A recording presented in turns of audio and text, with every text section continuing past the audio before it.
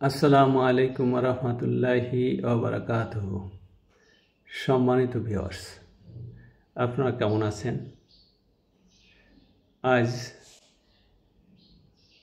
2রা December 2025, 17 অগ্রহায়ণ 1432 বঙ্গাব্দ এবং 10ই জামাদুল সানি 1447 হিজরি।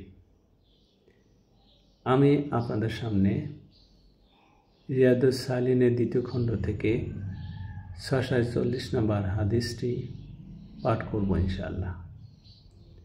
হযরত আবু হুরায়রা রাদিয়াল্লাহু থেকে বর্ণিত, এক ব্যক্তি নবী করিম সাল্লাল্লাহু আলাইহি সাল্লামকে বললেন, আমাকে উপদেশ দিন। তিনি বললেন, রাগ করবে না। লোকটি কথাটি বারবার বলল।